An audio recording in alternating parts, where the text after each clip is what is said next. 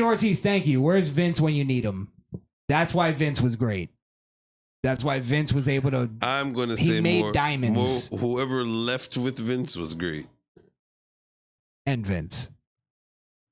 You're going to say John Laurinaitis was great? I'm saying Pritchard was probably better. He's still there. Under the ruling of Vince. That's what I'm saying.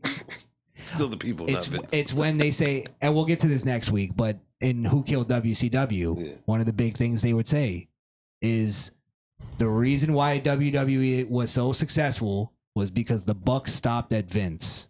Vince made all the decisions. He was the boss. Everybody knew. And if you didn't do what Vince wanted you to do and you didn't get over, out the fucking door you went.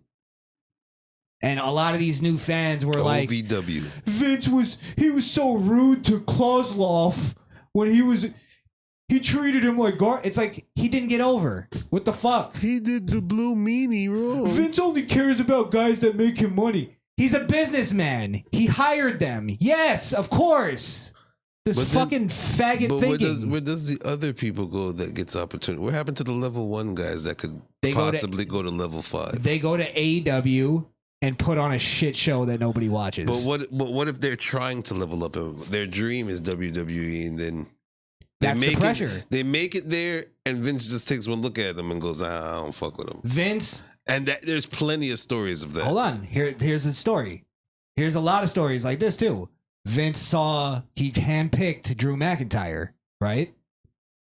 Vince, and this is why Vince is a genius. Handpicked Drew McIntyre. It was like his favorite guy. Drew McIntyre sucked. And then Vince started putting pressure on him. He still sucked. Put him in 3MB. Kind of was okay. But he was kind of like the worst member. Vince let him go. He went and rebuilt himself, came back, and now he's one of the most entertaining people on the show. Vince was right about Drew McIntyre. He was the chosen one. I think Chris found his new lover boy. Drew McIntyre? I only like him because he's a Vince choice. No more Baron Corbin. Who's that? It's all about Baron? Who?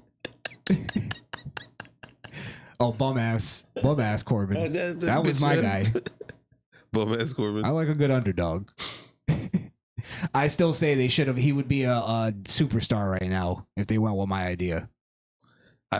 You know what? We should make a list one day of who could have been a superstar, but they just either fumbled the ball with them or they fumbled the ball upon themselves. You can make a large list of that, but then I think a lot of people don't think of, if you made the list, for instance, Vince, all the people that Vince fumbled, right? Then you could make a longer list of people he made superstars, household names. Yeah, it's not to critique them for real. It's just that you probably have like minds with our audience that. Oh, no, I was just tying it into the conversation. I'm down with the list, yeah. But some of them are, what the fuck were you thinking, Vince? Even in the success. Yeah. Look at CM Punk. CM Punk was doing some good stuff. CM Punk was always successful. He came in WWE successful. Yeah, but then he was always a good mic man. Yeah. But then I think when he came with his own noise. But when he got main event pressure put on him, he fumbled. I would say he crumbled. I would say main event, yeah, because the first year. But no, the first year, because they put it on him too fast, they crumbled. But they didn't stop because he proceeded and got it the next year. I think it was that. I think that was Cody too. It was that they didn't let him do every single thing he wanted. Now, he could have had better ideas. I don't know. Or probably they did drop the ball. Probably he did Punk. do everything you wanted. Maybe that was his act to come in, get my top shot, miss out, and then wipe out all the other class to come back to the.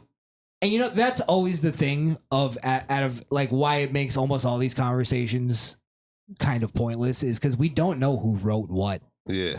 We don't know. Like, we don't know who wrote what in the Attitude Era for the most part. Right. If we don't know who wrote what then, we're never going to know what happened now. Or who's writing what now. Oh, I think we'll know more now because they're not as... Well, I'm saying specifics. Like, who told Cody to call Logan Paul a human hat rack? Was that Cody that came up with that? I feel like that was Cody, bro. I do Not too. just because it's Cody. I just believe in those instances they don't give you the they'll say insert this here in a script. You know what I'm saying? They'll give you bullet points. And then you have to fill in the blanks. So I think it was a put your good insult right here for that part. But I could see somebody coming up to Cody and going, "Oh, I heard the greatest insult the other day." Or somebody said, somebody called somebody a human hat rack. Yeah, you should use that. Or they're in the back and some older crew member called him a human hat rack. He's like, "Oh, that's crazy. I'm gonna use that." That's great. That's great. At the end of the day, it came out of Cody's stupid fucking mouth. At the end of the day, I'm pretty sure if it's trying to even have a tad emulation of Vince through Triple H's vision, he has that everything ends with my decision. So he signed off on it. No, I think that's the problem. I think Triple H doesn't have that. He doesn't have that same. First off, I don't think he has the leadership that Vince had. He doesn't have the. You can even see it when people are like behind the scenes, like hugging Triple H and stuff. Like it's not the same respect they're giving.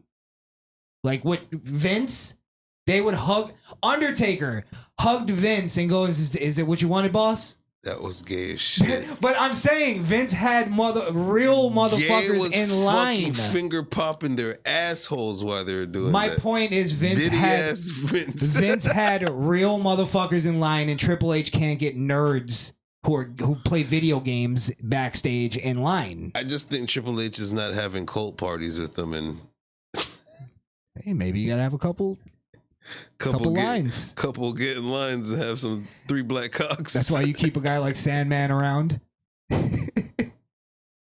See, the thing is, what I believe is because WWE is the structure of Vince, Vince had more of a father feel to the business. Like even for instance, get into a fight with Kofi on the plane, and he goes, now you get the title shot. You know what I'm saying? You did it, son. You know what I'm saying? You show pops. Triple H, like he got respect for Joey Styles after he punched out JBL. He's like, oh, okay. Yeah. I see you got nuts. Yeah. You know that's what they're talking about. You know what I'm saying? That's what I'm saying though. Vince is that Triple type H of could dude. never have that until anybody that served under Vince is gone. Listen, Vince, almost 80 years old, never had a heart attack. That we got reported. Here's the thing. I think the wrestlers respected this, right? Is that Vince specifically made sure that people knew, even in the media, that the buck stops with him. Everything that happens on TV or maybe is, from the. Let me just make this point. Is that everything, the buck stops with him. And I think that people forget that with that comes on that you're taking a lot of bullshit that you probably didn't come up with, right? Yeah. So that's what I'm saying is that I think the wrestlers and the writers and everybody respected Vince because he's the guy that's going to take everything. And Triple H isn't the guy. He's going to go, well, we're all the big team in a family. So we all take responsibility. And it's actually a bitch ass way to lead. But you also have to keep in mind, it was Vince's shit. There was no share percentage on anything. We don't know with the role of what Triple H is doing, how much of that role is 100% his duty. What ownership level? Yeah, what ownership level? He has stocks, I assume. We know it was 100 for Vince. You get what I'm saying? That was his baby. That was his baby. So we don't know if it's him and what's his name, Nick.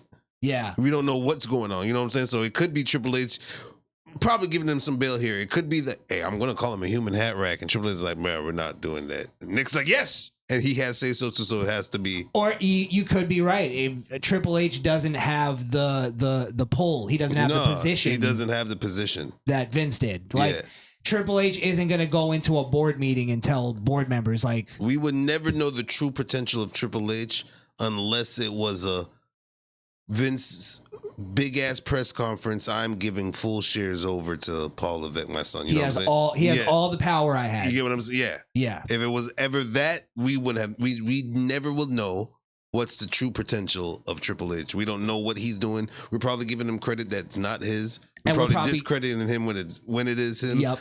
Don't know. You're just right. don't know, bro. And that's what I think that's why inevitably it's a psychological thing. And I think that's why Vince did that. That's why a lot of old time business owners do that. Mm-hmm. And you're right. It comes from being the founder of the company. Right. Is that the buck stopped with them, and inevitably people might not like every decision that they make, but they respect it. And they're like, you know what? It's his company.